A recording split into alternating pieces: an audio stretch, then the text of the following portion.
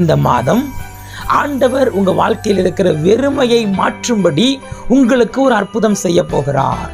உங்க வாழ்க்கையில் இருக்கிற வெறுமையை, அதாவது இல்லாமையை மாற்றும்படி ஆண்டவர் இந்த மாதத்தில் உங்களுக்கு ஒரு அற்புதம் செய்ய போகிறார்.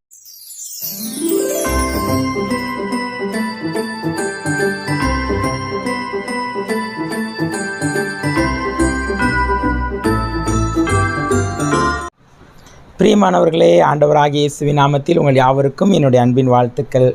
எப்படி இருக்கிறீங்க? சுகமாக இருக்கிறீங்களா? சந்தோஷமாக இருக்கிறீங்களா? கடந்த 8 மாதங்கள் ஆண்டவர் நம்மை கண்ணின் மணி போல் பாதுகாத்திருக்கிறார். அப்படி தானே?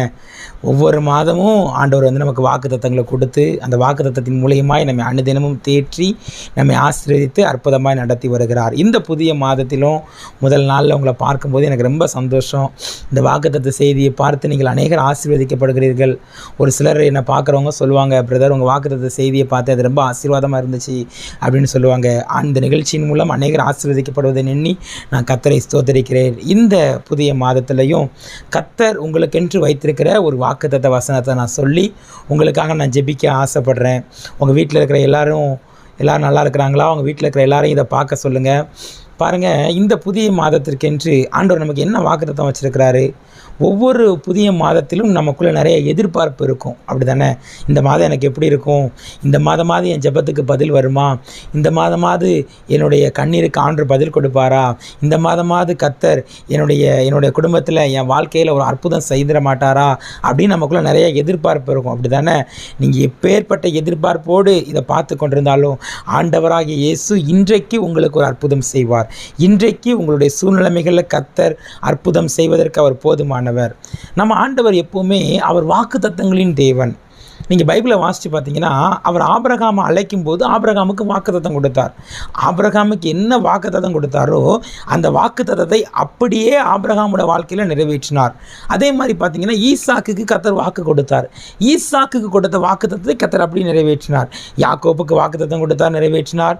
யோசேப்புக்கு, இஸ்ரவேல் ஜனங்களுக்கு, அப்படி நீங்கள் வேதாகம் முழுவதும் நீங்கள் பார்த்தீங்கன்னா அவர் வாக்குத்தத்தம் சொல்லி அந்த வாக்குத்தத்தம் அவர் என்ன சொன்னாரோ அதை அப்படியே செய்வார். இந்த செப்டம்பர் மாதத்திற்கென்று நான் ஆண்டவருடைய சமூகத்தில் காத்திருந்து ஜெபம் பண்ண, ஆண்டவரே இந்த மாதம் நீர் எங்களுக்கு என்ன ஆசீர்வாதம் வச்சிருக்கிறீர், இந்த மாதம் எங்களுக்கு எந்த நன்மையை தரப்போகிறீர்னு சொல்லி நான் ஆண்டவருடைய சமூகத்தில் ஜெபம் பண்ணும் பொழுது பரிசுத்த ஆவியானவர் என்னுடைய இருதயத்தில் பேசின ஒரு வாக்குத்தத்த வசனத்தை நான் சொல்லி உங்களுக்காக ஜெபிக்க போகிறேன்.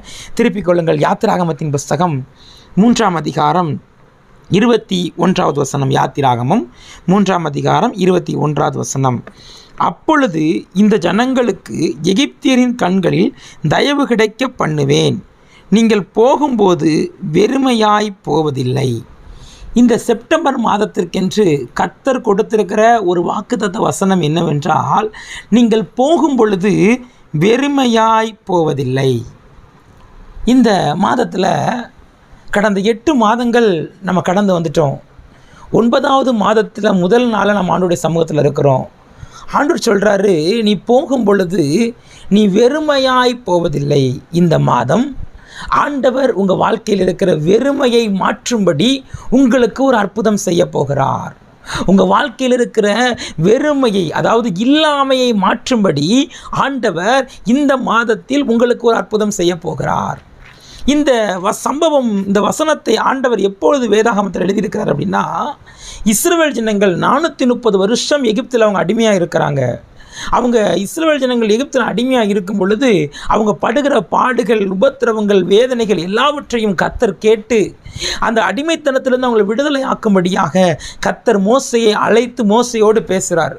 மோசையோடு பேசும்போது அவர் என்ன சொல்கிறாரு, நான் இருக்கிறவராகவே இருக்கிறேன்.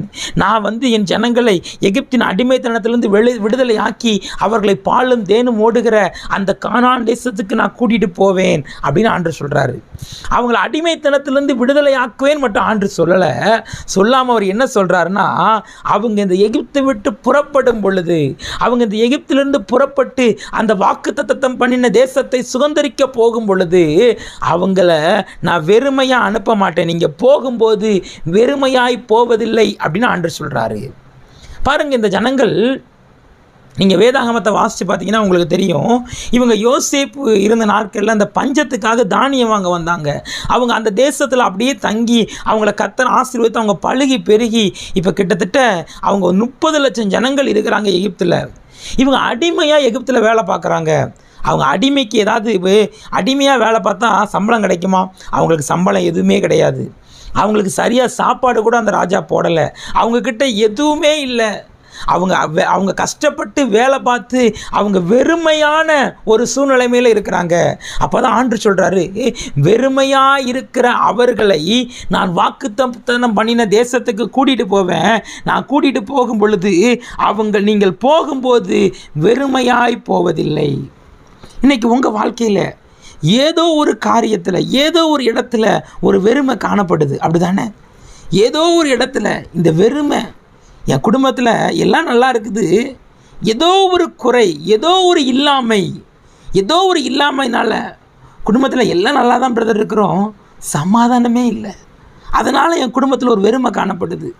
இல்லை, வீட்டில் சமாதானம்லாம் இருக்குது, வீட்டில் ஒருத்தருக்கு மாற்றி ஒருத்தருக்கு வியாதி, ஒருத்தருக்கு மாற்றி ஒருத்தருக்கு பலவீனம், ஒருத்தருக்கு மாற்றி ஒருத்தர் பிரச்சனை, வியாதியாக இருக்குது பிரதர். இந்த வியாதியினால தான் என் குடும்பத்தில் வெறுமை இருக்குது. சிலர் பிரதர் வியாதிலாம் இல்லை, சமாதானமெல்லாம் இருக்கிறோம், ஆனால் என் பிள்ளைக்கு ஒரு திருமணம் நடந்தால் நல்லாயிருக்கும், அவளுக்கு திருமணம் ஆகலை, அதனால் ஒரு வெறுமை காணப்படுது. ஒரு சிலருக்கு என் பிள்ளைக்கு திருமணம் நடந்துச்சு, திருமணம் ஆகி 5 வருஷம் ஆகிட்டு, இன்னும் ஒரு கற்பத்தின் கனி இல்லை. ஒரு கற்பத்தின் கனி மட்டும் இருந்துச்சுன்னா அவள் வாழ்க்கையில் இருக்கிற வெறுமை மாறிடும். அப்படி ஏதோ ஒரு வெறுமையோடு இந்த வாக்குத்தத்த செய்தியை நீங்கள் பார்த்து கொண்டிருக்கலாம். பரிசுத்த ஆவியானவர் சொல்லுகிறார், இந்த 9வது மாதத்தில் உங்கள் வெறுமையை மாற்றும்படி கர்த்தர் உங்களுக்கு ஒரு அற்புதம் செய்ய போகிறார். சில ஊழியம் செய்கிற நிறைய பேர் இதை பார்த்துக்கிட்டு இருக்கிறீங்க. பிரதர், நான் எவ்வளோ பிரயாசப்படுறேன் பிரதர், எவ்வளவோ காரியங்களெல்லாம் செய்கிறேன், ஆனால் இன்னும் என் சபைக்குள்ளே ஆத்துமாக்களை பார்க்க முடியல. இன்னும் சபைக்குள்ளே ஒரு தேவனுடைய ஆத்துமாக்கள் அதிகமாக வரணும். சபைக்குள்ளே ரட்சிக்கப்பட்டு 10 வருஷமாக சபைக்குள்ளே இருந்த அதே ஆத்துமாக்கள் தான் இருக்கிறாங்க, இன்னும் ஆத்துமாக்கள் ஒரு பெருக்கம் இல்லை. அதான் ஒரு வெறுமையாக காணப்படுகிறது. கர்த்தர் சொல்லுகிறார், இந்த மாதம் உங்கள் ஊழியத்தில் கர்த்தர் இருக்கிற வெறுமையை மாற்றப் போகிறார். உங்கள் ஊழியத்தில் இருக்கிற வெறுமையை மாற்றப் போகிறார். அவர் சொன்னது தான். அவர் மோசேட்ட சொல்கிறாரு, இந்த இஸ்ரவேல் ஜனங்களை நான் வனாந்திரத்தில் எகிப்திலிருந்து புறப்பட பண்ணும் பொழுது அவங்கள நான் சும்மா அனுப்ப மாட்டேன், அவங்க வெறுமையாய் போவதில்லை அப்படின்னு ஆண்டவர் சொல்கிறார். அவர் சொன்னார்ல, அவர் சொன்ன மாதிரியே என்ன பண்ணார் தெரியுமா? நீங்கள் யாத்திராகமம் 12ஆம் அதிகாரம் 35-36 வாசித்து பார்த்தீங்கன்னா, மோசே சொல்லியிருந்தபடியே இஸ்ரவேல் ஜனங்கள் எகிப்தியரிடத்திலே வெள்ளியுடைமைகளையும் பொன்னுடைமைகளையும் வஸ்திரங்களையும் கேட்டார்கள். கர்த்தர் ஜனங்களுக்கு எகிப்தியரின் கண்களில் தயவு கிடைக்கும்படி செய்ததினால் கேட்ட அவர்களுக்கு கொடுத்தார்கள். இவ்விதமாய் அவர்களை எகிப்தியரை கொள்ளையடித்தார்கள். பாருங்கள், கர்த்தர் என்ன சொன்னாரோ பாருங்கள். இஸ்ரவேல் ஜனங்களுக்கு அவங்க செங்கலுக்கு வைக்கோல் கூட கொடுக்காம, அவங்க வேலை பார்த்ததுக்கு கூலி கூட கொடுக்காம, அவங்கள அடிமைப்படுத்தி அவங்கள நசிக்கிறணும், அவங்கள அழிச்சிடணும் அப்படின்னு நினச்சிக்கிட்டு இருக்கிறாரு அந்த எகிப்து ராஜா. ஆனால் அந்த எகிப்தியருடைய கண்களில் கர்த்தர் தயவு கிடைக்க பண்ணி அவர்களை வெறுமையாக போக விடாமல், அவங்க போகும்போது எப்படி போனாங்களாம்? பொன்னோடும் வஸ்திரங்களோடும் வெள்ளியுடைமைகளோடும். அவங்க வெறுமையாக போகலை, அவங்கள நிறைவாய் கர்த்தர் எகிப்திலிருந்து புறப்பட பண்ணினார். இந்த மாதம் உங்கள் வாழ்க்கையில் இருக்கிற வெறுமையை கர்த்தர் மாற்றும்படி, உங்களை நிறைவாக்கும்படி கர்த்தர் ஒரு அற்புதம் செய்ய போகிறார். விசுவாசிக்கிறீங்களா? விசுவாசிக்கணும். வேதத்தில் இருக்கிற வாக்கு தத்தத்தை நம்ம சுதந்திரிக்கணும்னா விசுவாசம் நமக்கு ரொம்ப தேவை. நீங்கள் விசுவாசிங்க. கர்த்தர் எனக்கு வாக்கு கொடுத்தபடி இந்த மாதம் என் வாழ்க்கையில் இருக்கிற வெறுமையை மாற்றுவார் என்று விசுவாசிங்க. உங்கள் வாழ்க்கையில் இருக்கிற வெறுமை மாறும். வேதத்தில் நீங்கள் பட்ட பிரயாசங்கள், அவங்க பாருங்கள் எவ்வளவோ பிரயாசப்பட்டு இருக்காங்க, ஆனாலும் வெறுமை. அங்கே அவங்க எவ்வளவோ கஷ்டப்பட்டு வேலை பார்க்குறாங்க, ஆனாலும் வெறுமை. ஆனால் கர்த்தர் அந்த வெறுமையெல்லாம் மாற்றி அவளை நிறைவாய் அனுப்பினார். இஸ்ரவேல் ஜனங்களோட வாழ்க்கையில் இருந்த வெறுமையை மாற்றின ஆண்டவர் இன்றைக்கு உங்களுடைய வாழ்க்கையில் இருக்கிற வெறுமையை மாற்றுவதற்கு அவர் உண்மை உள்ளவர். வேதத்தில் நீங்கள் இன்னும் ஆதியாகமத்தின் புஸ்தகம் 31ஆம் அதிகாரத்தை வாசித்து பார்த்தீங்கன்னா, அங்கே ஒரு காரியம் இருக்குது பாருங்கள். 31ஆம் அதிகாரம் 42வது வசனம், என் பிதாவாகிய தேவனாகிய ஆபிரகாமின் தேவனும் ஈசாக்கின் பயபக்திக்குரியவரும் என்னோடு இராமல் போனால் நீர் இப்பொழுது என்னை வெறுமையாய் அனுப்பிவிட்டிருப்பீர். தேவன் என் சிறுமையையும் என் கையின் பிரயாசத்தையும் பார்த்து நேற்று ராத்திரியில் உம்மை கடிந்து கொண்டார். இங்கே பாருங்கள், யாக்கோப்போட வாழ்க்கையில் நடந்த ஒரு காரியம் எழுதப்பட்டிருக்கு. யாக்கோப்பு தன்னுடைய மாமாவுடைய வீட்டிற்கு அவர் போகிறாரு. தன்னுடைய சகோதரனாகிய ஏசாவை அவர் ஏமாற்றி யாக்கோப்பு ஈசாக்கை ஏமாற்றி ஏசாவுக்கு வர வேண்டிய ஆசீர்வாதத்தை அவர் பெற்றுக்கொண்டதுனால அவங்க அம்மா ரெபேக்காள் யாக்கோப்பு தன்னுடைய சகோதரனுடைய வீட்டுக்கு, லாபானுடைய வீட்டுக்கு அனுப்பி வைக்கிறாங்க. மாமா வீட்டுக்கு ஒரு சூழ்நிலைமை நிமித்தமாக அவர் பயந்து, தன் சகோதரனுக்கு பயந்து ஒரு சூழ்நிலை நிமித்தமாக போயிட்டார். அங்கே போனால் அவங்க மாமா என்ன பண்ணுறாரு பாருங்க, 20 வருஷமும் லாபான அடிமையாக வேலை வாங்குறாரு. 20 வருஷம் அதுலேயும் ஏமாற்றி பாருங்க. 14 வருஷம் அவருடைய 2 பெண்களுக்காக அவர் வேலை பார்க்குறாரு. திரும்ப ஒரு 6 வருஷம் மந்தைக்காக வேலை பார்க்குறாரு. இவ்வளவு வேலை பார்த்து சரி 20 வருஷம் ஆயிட்டுப்பா, நீ வேணா உன் சொந்த தேசத்துக்கு போ அப்படின்னு லாபான் சொல்லவே இல்லை. எப்படியாவது யாக்கோப்பை வெறுமையாக்கிறணும் அப்படின்னு லாபானுக்குள்ள என்ன இருந்துச்சு. ஆனால் ஆபிரகாமின் தேவனும் ஈசாக்கின் தேவனும் யாக்கோப்போட இருந்ததுனால யாக்கோப்பை வெறுமையாக அனுப்ப விடாம கர்த்தர் பாருங்க லாபானை வெறுமையாக்க வேண்டும் என்று நினைத்த லாபான்ட்ட ஆண்டவர் பேசுறாரு, அப்பா நீ லாபானோட எந்த தீமையும் செய்யக்கூடாது, நீ யாக்கோப்பு கூட எந்த தீமையும் செய்யாதன்னு சொல்லி கர்த்தர் லாபானோடு பேசுகிறார். இன்னைக்கு உங்கள் வாழ்க்கையில் உங்களை யாரோ ஒருத்தர் உங்கள் குடும்பத்தில் இருக்கிறவங்களே இவளுக்கு எதையுமே கொடுக்கக்கூடாது, இவளை வெறுமை ஆக்கிடணும், இவளுக்கு சேர வேண்டிய எந்த ஆசீர்வாதத்தையும் கொடுக்கக்கூடாது அப்படின்னு உங்கள் குடும்பத்தில் உள்ளவங்க நினைக்கலாம். ஆனால் கர்த்தர் உங்கள் வாழ்க்கையில் இருக்கிற வெறுமையை மாற்றும்படி உங்களுக்கு ஒரு அற்புதம் செய்வார். நீங்கள் வெறுமையாய் போவதில்லை. நீங்கள் இந்த மாதம் வெறுமையாய் போவதில்லை. கடந்த 8 மாதம் உங்கள் வாழ்க்கையில் வந்த எல்லா வெறுமையும் கர்த்தர் இந்த 9வது மாதத்தில் மாற்றி போடுவார். உங்கள் வெறுமை நிச்சயமாய் மாறும். உங்கள் வெறுமை நிச்சயமாய் மாறும். வேதத்திலிருந்து ஒரு 3 சம்பவங்களை நான் உங்களுக்கு சொல்லி உங்களுக்காக நான் ஜெபிக்க ஆசைப்படுகிறேன். முதலாவது, ஆண்டவர் நம்முடைய வாழ்க்கையில் இருக்கிற எப்படிப்பட்ட வெறுமையை மாற்றுகிறார். நீங்கள் லூக்கா எழுதின சுவிசேஷம் 5ஆம் அதிகாரம் 5ஆம் வசனத்தை நீங்கள் பார்த்தீங்கன்னா அங்கே ஒரு சம்பவம் எழுதப்பட்டிருக்கு. லூக்கா எழுதின சுவிசேஷம் 5ஆம் அதிகாரம் 5வது வசனம். அதற்கு சீமோன், ஐயரே, ராம் முழுவதும் நாங்கள் பிரயாசப்பட்டு ஒன்றும் அகப்படவில்லை, ஆகினும் உம்முடைய வார்த்தையின்படி வலையை போடுகிறேன் என்றார். இங்கே பாருங்க, ஏசப்பா கிட்ட சீமோன் அப்படின்னு ஒரு மனிதன் சொல்கிறான். அவன் என்ன சொல்கிறான், ஐயரே, நாங்கள் ராம் முழுவதும் பிரயாசப்பட்டு ஒன்றுமே அகப்படவில்லை. அவன் என்ன பிரயாசப்பட்டான்? இந்த சீமோன் யார் அப்படின்னா, அவன் ஒரு மீனவர், மீன் தொழில் செய்து கொண்டிருந்த ஒரு மனிதர். இந்த சீமோனுடைய வாழ்க்கையில் என்ன நடந்துச்சு அப்படின்னா, அவங்க மீன் பிடிப்பதற்காக அவங்க கடலுக்கு போகிறாங்க. பொதுவாக மீனவர்கள் கடலுக்கு போகும் பொழுது அவங்களுக்கு ஒரு நம்பிக்கை இருக்கும், ஒரு எதிர்பார்ப்போடு போவாங்க. நிறைய ஒரு நம்பிக்கையோட ஒரு எதிர்பார்ப்போடு அவங்க போவாங்க. அவங்க கடலில் போய் அந்த வலையை போட்டு ஒரு 5 நாள் 1 வாரம் அப்படி போய் நடுக்கடலில் போய் மீன் பிடிச்சிட்டு வருவாங்க. ஆனால் 2 நாள்லேயே அவங்களுக்கு ஒரு வேளை மீன் கிடச்சிருச்சு அப்படின்னா அவங்க உடனே கரைக்கு திரும்பிடுவாங்க. ஆனால் இந்த சீமோன் பேதுருடைய வாழ்க்கையில் அவர் மீன் பிடிக்கும்படி கடலுக்கு போகிறாரு. அவர் கடலுக்கு போய் எத்தனை நாள் அந்த கடலில் இருந்தாருன்னு தெரியல. ஆனால் அவர் எவ்வளவோ பிரயாசப்பட்டும் அவருக்கு ஒரு மீனுமே கிடைக்கல. ஒரு மீன் கிடைக்காதனால அவருடைய வாழ்க்கையில் ஒரு வெறுமை காணப்பட்டது. அவர் என்ன சொல்கிறார் பாருங்க, ஐயனே, நான் ராம் முழுவதும் பிரயாசப்பட்டும் ஒன்றுமே அகப்படவில்லை. எவ்வளவோ பிரயாசப்படுறாரு. எப்படியாவது அவர் மீன் பிடிக்கிறதா ஒரு தொழில், மீனை பிடிச்சிட்டு வந்தால் தான் வியாபாரம் பண்ணி அதன் மூலியமாக தான் ஒரு குடும்பத்தை நடத்த முடியும். ஆனால் அவர் பாருங்கள், எவ்வளவோ பிரயாசப்பட்டும் ஒரு பலனும் இல்லை, ஒரு மீன் கூட அவருக்கு அகப்படலை. இன்றைக்கி உங்கள் வாழ்க்கையில், பிரதர், எனக்கு தெரிஞ்ச எல்லா வேலையும் பார்த்துட்டேன் பிரதர், எவ்வளவோ கஷ்டப்பட்டு வேலை பார்த்தாலும் ஒரு ஆசீர்வாதமும் இல்லை, ஒரு நன்மையும் இல்லை பிரதர். மாத கடைசியில் 0 தான் பிரதர் இருக்கிறது. கை நிறைய சம்பளம் வாங்குகிறோம், ஆனால் ஒரு கையில் மிச்சமே இல்லை பிரதர். நான் எவ்வளவோ கஷ்டப்பட்டு வேலை பார்க்குறேன், என் பிரயாசத்திற்கேற்ற பலன் எனக்கு கிடைக்காதனால என் வாழ்க்கையில் வெறுமை காணப்படுகிறது. ஊழியம் செய்கிற நிறைய பேர் சொல்கிறீங்க, பிரதர், நான் எவ்வளவோ ஜெபம் பண்ணுறேன், எவ்வளவோ வாசிக்கிறேன், எவ்வளவோ ஆண்டவருக்காக வைராக்கியமாக ஊழியம் செய்கிறேன் பிரதர், ஆனால் எவ்வளவோ பிரயாசப்பட்டு தான் அந்த சபையை நடத்துகிறேன், ஆனால் என் சபைக்குள்ளே ஒரு ஆத்மா இல்லை பிரதர். சபைக்குள்ளே ஆத்மாக்கள் பெருக மாட்டேங்கிறாங்க, ஒரு வெறுமை காணப்படுகிறது. படிக்கிற பிள்ளைகள் நிறைய பேர், தம்பி, நான் எவ்வளோ கஷ்டப்பட்டு படிக்கிறேன், நான் கஷ்டப்பட்டு படித்தாலும் நான் நல்லா படித்து நிறையா மார்க் வாங்கிடலான்னு சொல்லி பிரயாசப்படுகிறேன், ஆனால் வெறுமை தான் இருக்குது. இன்றைக்கி உங்கள் வாழ்க்கையில் இப்படி தான் பெருமையான சூழ்நிலை நீங்கள் இதை பார்த்துக்கிட்டு இருக்கிறீங்களா? நான் பிரயாசப்பட்டும் என் பிரயாசத்துக்கேற்ற பலன் எனக்கு கிடைக்காம நான் வெறுமையான ஒரு வாழ்க்கை வாழ்ந்து கொண்டிருக்கேன். நீங்கள் பார்த்து கொண்டிருக்கலாம். ஆண்டவர் உங்க வெறுமையை மாற்றும்படி ஒரு அற்புதம் செய்ய போகிறார். பாருங்க, சீமோனுடைய வாழ்க்கையில் என்ன நடந்தது தெரியுமா? ஆண்டவர் அந்த வெறுமையான படகுல போய் சீமோனை சந்தித்து பேசிட்டு, இப்போ நீ வலைய போடுன்னு சொன்ன உடனே அந்த 7வது வசனத்தை வாசித்து பார்த்தீங்கன்னா, 2 படகுகளும் அமிலத்தக்கதாய் கர்த்தர் நிரப்பினார். வெறுமையாக இருந்த படகு, ராத்திரிலாம் அதே கடல் தான், அதே கடலில் அவர் வலையை இந்த பக்கம் அந்த பக்கம் எல்லா பக்கமும் போட்டு பார்த்து ஒரு மீனும் இல்லை. வெறுமையாக சோர்வாக போட்டில் இருக்கிறாரு.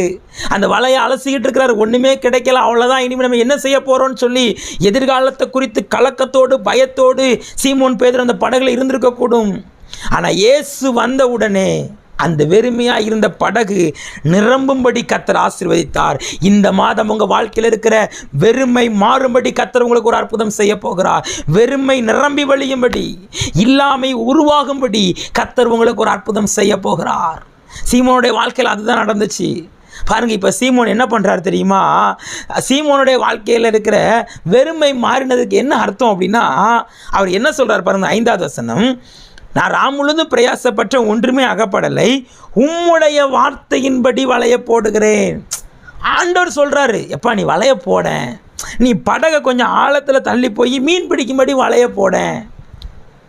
பேதுரு ஆண்டவர் அதெல்லாம் போட முடியாது, நான் ராத்திரிலாம் கஷ்டப்பட்டு ஒன்றும் கிடைக்கல, மத்தியான நேரம் மீன் வராது, ஒன்றும் வராது, ராத்திரி தான் மீன் வரும், இப்போல்லாம் மீன் வராது அப்படின்னு சொல்லி அவர் சூழ்நிலைமையை பார்க்கலை. அவர் சூழ்நிலைமையை பார்க்காம கர்த்தருடைய வசனத்திற்கு, கர்த்தருடைய வார்த்தைக்கு கீழ்ப்படுத்ததுனாலே அவருடைய வாழ்க்கையில் இருக்கிற வெறுமை மாறினது. இன்றைக்கி உங்கள் வாழ்க்கையில் இருக்கிற வெறுமை மாறணுமா? வெறுமை மாறி உங்களுக்கு ஆண்டவர் ஒரு அற்புதம் செய்யணும்னா நீங்கள் சூழ்நிலைமையை பார்க்காதீங்க, கர்த்தருடைய வசனத்துக்கு கீழ்ப்படிங்க. கர்த்தர் என்ன சொல்கிறாரோ அதன்படி செய்யுங்க. சூழ்நிலைமைகள் எல்லாம் மாற்றுகிறவர் நாம் ஆராதிக்கிற தேவன். ஆமென் சொல்லுங்க. நாம் ஆராதிக்கிற தேவன் எப்பேற்பட்ட சூழ்நிலைமையும் அவர் நமக்கு சாதகமாக மாற்ற அவராலே முடியும். அவர் சூழ்நிலைமையெல்லாம் நமக்கு சாதகமாக மாற்றிடுவார். பகல் டைமில் மீனே வராது, ஆனால் அந்த பகல் நேரத்தில் இயேசு சொன்ன வார்த்தைக்கு கீழ்ப்படிந்ததுனால, இயேசு சொன்ன வார்த்தையை விசுவாசித்ததுனால நிரம்பி வழியத்தக்க மீனை கர்த்தர் கொடுத்து சீமோன் பேதுருடைய வாழ்க்கையில் இருந்த வெறுமையை மாற்றினார். இந்த மாதம் உங்கள் பிரயாசத்தினால், நீங்கள் எவ்வளோ பிரயாசப்பட்டு உங்கள் வாழ்க்கையில் நீங்கள் வெறுமையாக இருக்குது, உங்கள் பிரயாசத்தின் பலனை நீங்கள் இந்த மாதம் காண்பீர்கள். உங்கள் பிரயாசப்பட்டும் இதுவரைக்கும் வெறுமையை அனுபவித்திருந்தீங்க, உங்கள் பிரயாசத்தின் பலனை காணும்படி, உங்கள் வெறுமையை நிறைவாக்கும்படி கர்த்தர் உங்களுக்கு ஒரு அற்புதம் செய்வார். 2வது, ஆண்டவர் நம்முடைய வாழ்க்கையில் இருக்கிற எப்படிப்பட்ட வெறுமையை மாற்றுகிறார். வேதத்தில் இன்னொரு சம்பவத்தை நான் உங்களுக்காக வாசித்து காட்டுகிறேன். ஆதியாகமம் 40ஆம் அதிகாரம் 40ஆம் அதிகாரம் எடுத்துக்கோங்க. ஆதியாகமம் 40ஆம் அதிகாரத்தில் 14-15 அங்கே ஒரு வசனம் எழுதப்பட்டிருக்கிறது பாருங்கள். இதான் அதன் அர்த்தம் என்றும் சொன்னதுமன்றி, நீ வாழ்வடைந்திருக்கும் போது என்னை நினைத்து என் மேல் தயவு வைத்து என் காரியத்தை பார்வோனுக்கு அறிவித்து இந்த இடத்திலிருந்து என்னை விடுதலையாக்க வேண்டும். நான் எபிரேயருடைய தேசத்திலிருந்து களவாய் கொண்டு வரப்பட்டேன். இந்த காவல் கிடங்கில் வைக்கும்படி நான் இவ்விடத்தில் ஒன்றும் செய்யவில்லை. 2வது, இங்கே வெறுமையாக இருக்கிற ஒரு மனிதனை பார்க்குறோம். இந்த மனிதர் யாருன்னா யோசேப்பு. இந்த யோசேப்போட வாழ்க்கையில் எப்படி வெறுமை வந்துச்சு அப்படின்னா, அவர் உண்மையாக இருந்ததுனால அவரோட வாழ்க்கையில் வெறுமை வந்துச்சு. சீமோன் பேதுருடைய வாழ்க்கையில் சூழ்நிலைமை அவருடைய வாழ்க்கையில் வெறுமையை கொண்டு வந்தது. அவர் பிரயாசப்பட்டு பார்த்தார், அந்த பலன் இல்லாமல் வெறுமை வந்துச்சு. ஆனால் இங்கே யோசேப்போட வாழ்க்கையில் உண்மையாக இருந்ததுனால அவருடைய வாழ்க்கையில் ஒரு வெறுமை வந்துருச்சு. பாருங்கள், யோசேப்பு 17 வயதாக இருக்கும்போதே ஆண்டவர் யோசேப்புக்கு அநேக தரிசனம் கொடுத்து சொப்பனம் கொடுத்து, நான் உன்னை இப்படிலாம் ஆசீர்வதிப்பேன், உன்னை இப்படிலாம் உயர்த்துவேன்னு ஆண்டவர் சொன்னார். ஆனால் யோசேப்போட வாழ்க்கையில் நடந்த சம்பவத்தை பாருங்கள், என்ன நடந்துச்சு? யோசேப்பு பாருங்கள், நினைக்காத ஒரு காரியம், அவங்க சகோதரர்கள் அடிமையாக விற்று போட்டுட்டாங்க. யாக்கோப்புக்கு செல்ல பிள்ளை, அவங்க அப்பா பலவரணம் அங்கீகரித்தார்னு வேதத்தில் நம்ம பார்க்குறோம். அவ்வளோ செல்வ சீமானா ஐஸ்வர்யவானா இருந்த யோசேப்போட வாழ்க்கையில் அப்பா விட்டு பிரிந்து ஒரு வெறுமை காணப்படுது. சரி, அப்பா விட்டு தான் பிரிஞ்சிட்டோம், எகிப்தில் அடிமையாக விற்று போட்டுட்டாங்க. இங்கே வந்து பாருங்கள், அவர் போர்த்திபார் வீட்டுக்கு வந்தோடனே அங்கே ஆண்டவர் உயர்த்தி வச்சிருக்கிறார். அங்கே அவருக்கு நிறைய பொறுப்பெல்லாம் கொடுக்குறார். அந்த போர்த்திபாருடைய வீட்டில் அங்கே இருக்கிற வேலைக்காரங்களை விசாரிக்கும்படி, அவங்க வீட்டில் இருக்கிற எல்லாரையும் விசாரிக்கும்படி ஒரு பெரிய பொறுப்பு கொடுத்து ஒரு பெரிய உயர்ந்த இடத்துல யோசேப்பு இருக்கிறாரு. ஆனால் இங்கே பாருங்கள், இங்கே யோசேப்புக்கு திரும்ப ஒரு சோதனை வந்து அவர் தன்னுடைய பதவி பொறுப்பு எல்லாவற்றையும் இழந்துட்டு இப்போ அவர் ஒன்றுமே இல்லாமல் வெறுமையாக சிறைச்சாலையில் இருக்கிறாரு. சொந்த ஊரில் சிறைச்சாலையில் இருந்தாவது யாராவது ஜாமீன் எடுக்க போவாங்க. ஆனால் யோசேப்பு அந்நிய தேசத்தில் ஒரு அடிமையை போய் யாராவது ஜாமீன் எடுக்க போவாங்களா? அடிமையாக இருக்கும்போது யோசேப்பு செய்யாத ஒரு குற்றத்திற்காக சிறைச்சாலைக்கு போய் இப்போ யாருமே இல்லை, உதவி செய்ய யாரும் இல்லை, தனக்கு யாருமே உதவி செய்ய வழியே இல்லை, ஒரு காவல் கிடங்கில் அவர் அந்த சிறைச்சாலைக்கு போகிற மாதிரி அவர் எந்த தப்பு செய்யலை. ஆனால் சொந்த தகப்பனை விட்டு தான் அடிமையாக விட்டு போட்ட வீட்டை விட்டு எல்லாவற்றையும் இழந்து வெறுமையான ஒரு சூழ்நிலையில் சிறைச்சாலைக்குள்ளே யோசேப்பு இருக்கிறார். ஆனால் இந்த சூழ்நிலையில் வெறுமையாயிருந்த யோசேப்பை கர்த்தர் எப்படி உயர்த்தினார் தெரியுமா? எப்படி அவர் ஆசீர்வதித்தார் தெரியுமா? நீங்கள் 41 அதிகாரம் 39 வசனத்தை வாசித்து பாருங்களேன். பார்வோன் என்ன சொல்கிறார் பாருங்க. பின்பு பார்வோன் யோசேப்பை நோக்கி, தேவன் இவற்றையெல்லாம் உனக்கு வெளிப்படுத்தியிருக்கிறபடியால் உன்னை போல விவேகமும் ஞானமும் உள்ளவன் வேறு ஒருவனும் இல்லை. 41 வசனம் பாருங்க. பின்பு பார்வோன் யோசேப்பை நோக்கி, பார், எகிப்து தேசம் முழுவதும் உன்னை அதிகாரியாக்கினேன் என்று சொல்லி தன் கையில் இருந்த முத்திரை மோதிரத்தை கலற்றி யோசேப்பினுடைய கையிலே போட்டு மெல்லிய வஸ்திரத்தையும் அவன் கழுத்திலே உடுத்தி பொன் சருப்பனையும் அவன் கழுத்திலே தரித்து அவனை 2ஆம் ரதத்தில் ஏற்றி தொண்டினிட்டு பணியுங்கள் என்று அவனுக்கு முன்பாக கூறிவித்து எகிப்து தேசம் முழுவதும் அதிகாரியாக்கினான். பாருங்க, ஆண்டவர் யோசேப்போட வாழ்க்கையில் இருந்த வெறுமையை, அடிமையாய் வந்த யோசேப்பு, தகப்பனை இழந்து அடிமையாய் வந்த யோசேப்பு, அடிமையாய் இருந்த வீட்டில் அதிகாரியாய் இருந்த யோசேப்பு, அங்கே எல்லாவற்றையும் இழந்துட்டார். இப்போ ஒன்றுமே இல்லை, சிறைச்சாலை, அதோட என் வாழ்க்கை முடிஞ்சது, நான் வெறுமையாக அந்த சிறைச்சாலையில் இருக்கிறேனே. யோசேப்பு எவ்வளோ வேதனையோடு சொல்லியிருப்பார். யோசிச்சு பாருங்களா, அவர் என்ன சொல்கிறார் பாருங்களேன். நான் களவாய் கொண்டு வரப்பட்டேன் எபிரேய தேசத்திலிருந்து, நான் இந்த ஜெயிலுக்கு வர்றதுக்கு எந்த தப்பும் பண்ணலை, நான் உண்மையாக தான் இருந்தையா, ஆனால் இந்த ஜெயிலுக்கு வந்துட்டேன், எனக்கு இதிலிருந்து வெளியே வர்றதுக்கு வழி இல்லை, நான் ஒரு வெறுமையில் இருக்கிறேன் அப்படின்னு சொல்லி உண்மையாக இருந்த யோசேப்போட வாழ்க்கையில் ஒரு வெறுமை இருந்தது. ஆனால் கர்த்தர் ஒரே ராத்திரிக்குள்ள யோசேப்போட வாழ்க்கையில் இருக்கிற வெறுமையை மாற்றி எகிப்து தேசம் முழுவதும் அதிகாரியாய் மாற்றினார். அல்லேலூயா சொல்லுங்க. உங்கள் வாழ்க்கையில் இருக்கிற வெறுமையை, இன்னைக்கு நான் உண்மையாக தான் பிரதர் இருந்தேன், உண்மையாக இருந்ததுனால எங்கள் இடத்துல வேலை பார்க்குறவங்க எல்லாரும் லஞ்சம் வாங்குவாங்க, நான் லஞ்சம் வாங்காமல் உண்மையாக இருந்தேன், ஆனால் இன்னைக்கு என் வேலை போயிட்டு, நான் ஸ்கூலில் நான் உண்மையாக தான் இருந்தேன், ஆனால் நான் இன்றைக்கி நிந்தையை அனுபவிக்கிறேன், அவமானத்தை அனுபவிக்கிறேன், என் வீட்டுக்குள்ளே என் கணவருக்கு என் பிள்ளைகளுக்கு நான் உண்மையாக தான் இருக்கிறேன், ஆனால் என்னை யாருமே புரிஞ்சு கொள்ளலை, யாருமே என்கிட்ட பேச மாட்டேங்கிறாங்க, எல்லாரும் ஒரு விரோதியை பார்த்த மாதிரி பார்க்குறாங்க, நான் வெறுமையாக இருக்கிறேன் அப்படின்னு சூழ்நிலை நீங்கள் இருக்கலாம். ஒரே நாளில் கர்த்தர் உங்கள் வாழ்க்கையில் இருக்கிற வெறுமையை மாற்றுவார். பாருங்க, அடிமையாக வந்த யோசேப்புக்கு முத்திரை மோதிரலாம் தரிச்சு இப்போ எகிப்து தேசத்துக்கே அதிகாரியாக மாற்றி, அது மட்டும் இல்லை, அவருக்கு ஒரு திருமணம் செஞ்சு வச்சு அவருக்கு மனைவி பிள்ளைகள், கர்த்தர் எவ்வளோ ஆசீர்வதிச்சிட்டார் பாருங்களேன். ஒரு அடிமையாய் வெறுமையாய் இருந்த யோசேப்போட வாழ்க்கையை, வெறுமையை நிரம்பி வழியத்தக்கும்படியா ஒரு தேசத்துக்கே அதிகாரியாக கர்த்தர் மாற்றினார். அந்த ஆண்டவர் தான் இந்த செப்டம்பர் மாதம் உங்களை பார்த்து சொல்லுகிறார், உன் வாழ்க்கையில் இருக்கிற வெறுமை மாறும், உங்கள் வாழ்க்கையில் இருக்கிற வெறுமை மாறும், வெறுமையை மாற்றும்படி கர்த்தர் இயற்கைக்கு மேற்பட்ட அற்புதம் செய்வார். ஆனால் யோசேப்போட வாழ்க்கையில் இருக்கிற வெறுமை மாறுவதற்கு ஒரே ஒரு காரணம், யோசேப்பு உண்மையாக இருந்தார். எப்பவும் யோசேப்பு உண்மையாக இருந்தார். எப்பவும் யோசேப்பு கர்த்தருக்கு பயந்திருந்தார். அவர் அந்நிய தேசத்தில் இருந்தாலும், அவர் எந்த இடத்துல இருந்தால், அவர் சிறைச்சாலையில் இருந்தாலும் கர்த்தரை சார்ந்திருந்தார். கர்த்தருக்கு பயந்திருந்ததுனால கர்த்தர் யோசேப்போட வாழ்க்கையில் இருந்து வெறுமையை நிறைவாய் மாற்றினார். கடைசியாக வேதத்திலிருந்து இன்னொரு சம்பவத்தை வாசிச்சுட்டு நம்ம ஜெபிக்க போகிறோம். மார்க்கு 5ஆம் அதிகாரம் 26வது வசனத்தில் ஒரு சம்பவம் எழுதப்பட்டிருக்கு. மார்க்கு 5ஆம் அதிகாரம் 26வது வசனம். அநேக வைத்தியர்களால் மிகவும் வருத்தப்பட்டு தனக்கு உண்டானவைகள் எல்லாம் செலவழிந்தும் சற்றும் குணமடையாமல் அதிக வருத்தப்படுகிற பொழுது. இங்கே வெறுமையான ஒரு பெண்ணை குறித்து எழுதப்பட்டிருக்கிறது. இந்த பெண் யார் அப்படின்னா, அவருடைய பேர் பைபிள் எழுதப்படலை. அவள் 12 வருஷமாய் பெரும்பாடுள்ள ஒரு ஸ்திரீ என்று எழுதப்பட்டிருக்கிறது. அவள் 12 வருஷமாக அவள் சரீரத்தில் வந்த ஒரு வியாதியால், சரீரத்தில் வந்த ஒரு வேதனையினால் அவள் ரொம்ப வேதனைப்படுகிறாள், ரொம்ப உபத்திரவப்படுகிறாள். அவள் அந்த வேதனை நிமித்தமாக அநேக வைத்தியர்களால் வருத்தப்பட்டு அநேக டாக்டர்ஸ்கிட்ட போய் பார்க்குறாள். அநேக டாக்டர்கிட்ட போய் எனக்கு இந்த நோய் எப்படியாவது சரியாயிடணும், இந்த வியாதி எனக்கு எப்படியாவது சரியாயிடணும்னு சொல்லி அவள் நிறையா ட்ரீட்மெண்ட் எடுத்து பார்க்குறாள். பாருங்கள், ட்ரீட்மெண்ட் போகணுன்னா பணம் வேணும், அப்படி தானே? தனக்கு உண்டாயிருந்த எல்லாவற்றையும், அவள் வச்சிருந்த ஆஸ்தி, அவள் வச்சிருந்த செல்வம் எல்லாவற்றையும் விற்று விற்று விற்று விற்று இந்த நோய்க்காக அவள் செலவு பண்ணிட்டா. ஆனால் அவ்வளோ செலவு பண்ணியும் சற்றாகிலும் குணமடையாமல், அவளுக்கு ஒரு % கூட அவளுக்கு குணமாகவே இல்லை, 1% கூட குணமாகலை. இப்போ அவள் வாழ்க்கையில் நோய் இருக்குது, தனக்கு உண்டான எல்லாவற்றையும் அவள் செலவழிச்சிட்டா. இப்போ அவகிட்ட வெறுமை தான் இருக்குது. இப்போ அவகிட்ட வெறுமை, நோயினால் உண்டாகிற வெறுமை.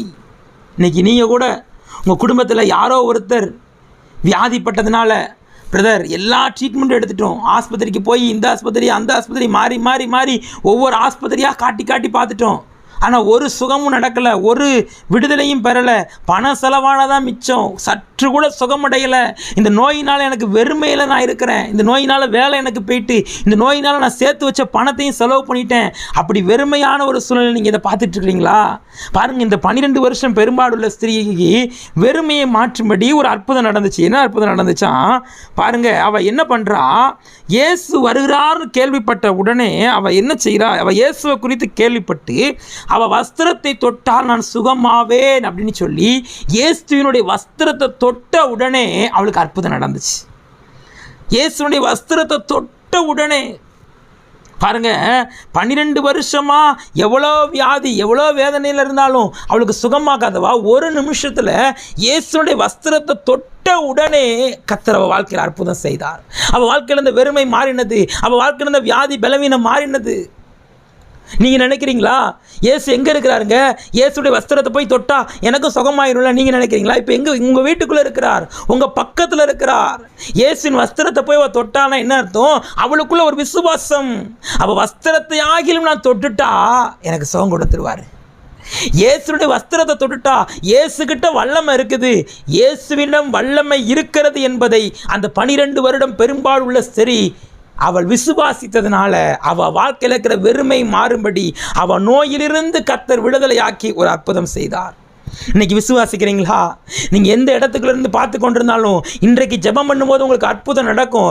எப்பேற்பட்ட வியாதியாக இருந்தாலும் உங்கள் வியாதியினால் வந்த வெறுமையை கர்த்தர் மாற்றி உங்களுக்கு ஒரு அற்புதம் செய்வார். நான் ஊழியம் செய்த ஒரு திருச்சபையில் ஒரு வாலிப மகள், அந்த வாலிப மகளுக்கு தொண்டையில் ஒரு பாதிப்பு ஏற்பட்டு சாயங்காலம் 6 மணிக்கு மேலே ஆகிட்டுனா அந்த வாலிப மகள் தொடர்ந்து இருமிக்கிட்டே இருப்பாள். அந்த இருமல் அவளால் நிப்பாட்டவே முடியாது, பேச முடியாது, அதுக்கப்புறம் சாப்பிட முடியாது. அவள் இருமி அவள் தொண்டை ரொம்ப பாதிக்கப்பட்டுருச்சு. கிட்டத்தட்ட 1 வருஷமாக அந்த வாலிப மகள் அப்படி பாதிக்கப்பட்டிருந்தா.